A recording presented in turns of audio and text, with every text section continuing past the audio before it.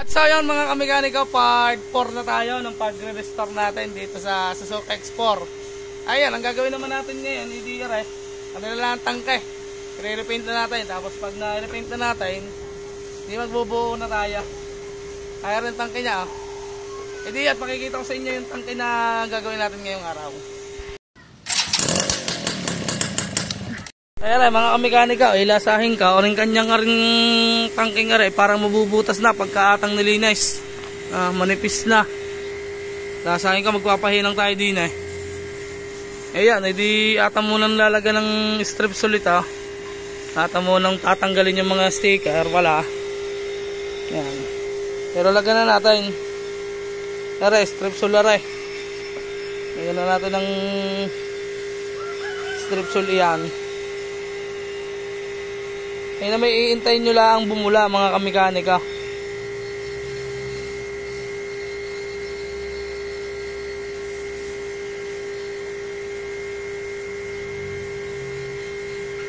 Ganyan lang yan. Eh para, hindi babalikan ko na lang kay mamaya at pagka rin nalinis na natin, napakislap na natin bago bumugahan natin ng primer. Tara na nga mga kamekanika, nalinis na natin. Natanggal na natin yung sticker tsaka yung ano, medyo may kalawang lang ng konti yung mga hindi ko na tinanggal. Yan. Papatungan naman natin to ng anti-corrosion. Yan yung mga deads nung kalawang yung pinagtanggalan ko, pero mababaw na yan.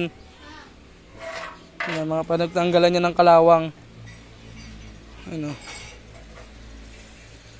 Eh di ngayon, papatungan muna natin to ng anti-corrosion mga kamekanika. Aray, ang pinahinangan ko nga pala. Papatungan muna natin ng anti-corrosion mga kamekanika. Ano yung anti-corrosion?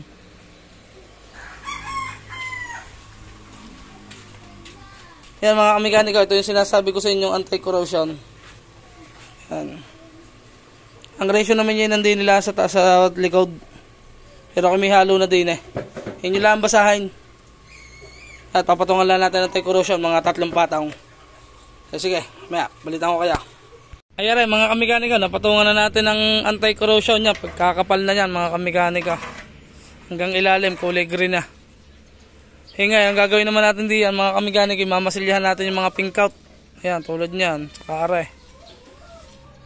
Tsaka aray, ayan, ang dami. Masilyahan lang natin mga kamekanika at papatungan ulit natin ng another primer. Yun namang surfacer primer naman ang gagamitin natin pagka masilya. E paano, update ko lang kayo mamaya pagka natapos natin masilyahan. Skirt! Yan mga kamekanika, na masilyahan na natin. Yan o. Ngayon naman mga kamekanika, papatungan muna natin siya ng konting anti-corrosion. Kasi may mga lumabas na bakal. Yan. Patungan natin ng konting anti-corrosion yan. Konting-konti lang, to lang may mga bakal. Tapos yung sa may tapat na to, bubugan natin ng surfacer primer yan mga kamekanika. Ayan, bubugan ko lang ng konting anti-corrosion mga kamekanika ngayon. So yan mga kamekanika, napatungan na natin ng anti-corrosion. Napatungan ko na pala lahat, pati yung masilya. Pinatungan ko na rin. Yan. Kaya ko pinatungan para makita ko kung meron pang pero wala na naman siya. Bago natin patungan nung surfacer primer para mas maganda pa rin kasi patungan natin ng surfacer primer, nabubulol pa. Para talagang mas matibay itong tangke natin. Yan.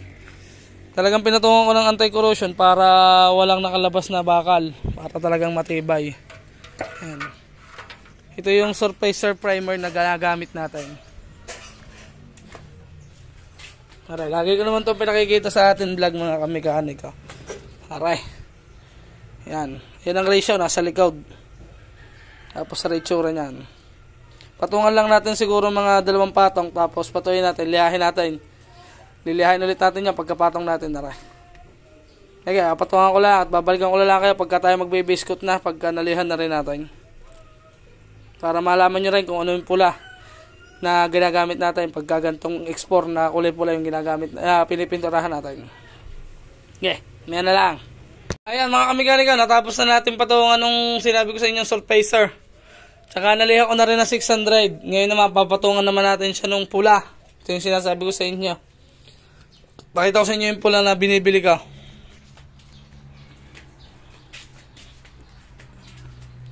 Yan, ari yung pulang yan. Ayan ay 1/4, nahalo ko na, nandun na sa spray gun yung kalate. Ang pulang ari ay International Red, mga kamekanika. Paano, di bubugahan muna natin ng pula at mamaya, pagka kakakapitan na natin ng sticker. Kaya mamaya na ulit mga kamekanika. Yan mga kamekanika, tulad ng sinabi ko sa inyo, natapos na natin patungan ng kulay International Red yan. Ngayon naman ay liliyahin natin siya ng 600 grit o grip yan. O naman bigkas nyo sa inyo. Liliyahin natin tapos papatungan natin ng sticker. Okay na siya. Nakislap na siya. Balikan ko lang kayo mamaya mga kamekanika pag nakakapit na yung sticker na Suzuki. Pero bago natin kapitan, liliyahin muna natin. Ayan, balitaan ko lang kayo mamaya pagka magtatapkot na tayo, pagka nagkapit na natin yung sticker. Mga kamekanika, nalagyan na natin ng sticker. Tsaka nalihan na rin natin ng kaunti. Ayan, babugan na natin ng top coat, 3 top coat mga kamekanika. Ayan mga kamekanika, ngayon lang natapos yung ating tangkay. Ngayon ko lang may papakita sa inyo at aray, napatuyo na natin ng isang araw. Aray, ngayong umaga, aray, nilabas ko nga doon sa ating pinturahan. At aray, tuyo na. Siyempre, para hindi siya magkagalbok. At pakikita ko sa inyo yung ating natapos na tangkay. Aray nga mga kamekanika, ang aking sinasabing maganda. Ulit-ulit na tayo eh. Ayan, tingnan nyo ang ating tangkay. Ayan. Itong sticker na ay binililaang namin sa Facebook. Ayan. Ito na yung pinakamagandang sticker na naiikakabit ko. Yung iba, pagka tinatapkutan, nakakulo. Ito, hindi siya gasino nakakulo, pero okay naman. Ayan o. Nagkasama siya mga ganito. Ayan o. At syempre, yung logo natin, yung perma natin. Ayan o. Kabila. Kasi yung mga sticker na gaya nung kinabit ko dun sa akin, nung tinapkutan ko, nakulo na ano siya, nakulubot. Hindi kinakaya ng top coat yung sticker. Ito na yung pinakamaganda talaga na ikabit ko na medyo maganda pag tinatapkutan.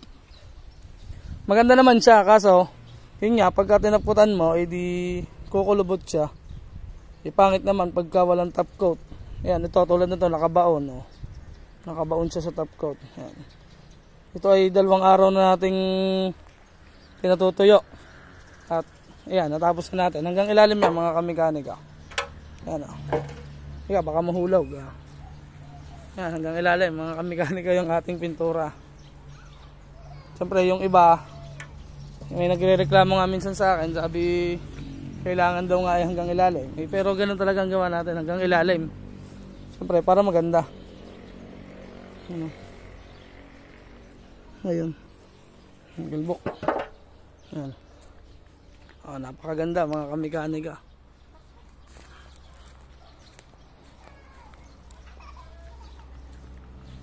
Alright. Paano mga kamekanika, hindi ko na puputuloy ng ating vlog. At yan, napakita ko na sa inyo yung ating ginawang tangkay, yung pininturahan na nire-restore natin na Suzuki X4. Ito na yung ating part 4. Tapos na, bubuoy na natin. At yun, hintayin nyo ang ating vlog na yan kung anong kalalabasan ng ating nire-restore na Suzuki X4. Patatlong kulay pula na to na Suzuki X4 na kung baga matatapos natin. Ito na nga yung ating part 4. Yung part 5, magbubuo na tayo. Yan, hintayin nyo na lang yung ating vlog na yan. Okay, peace out.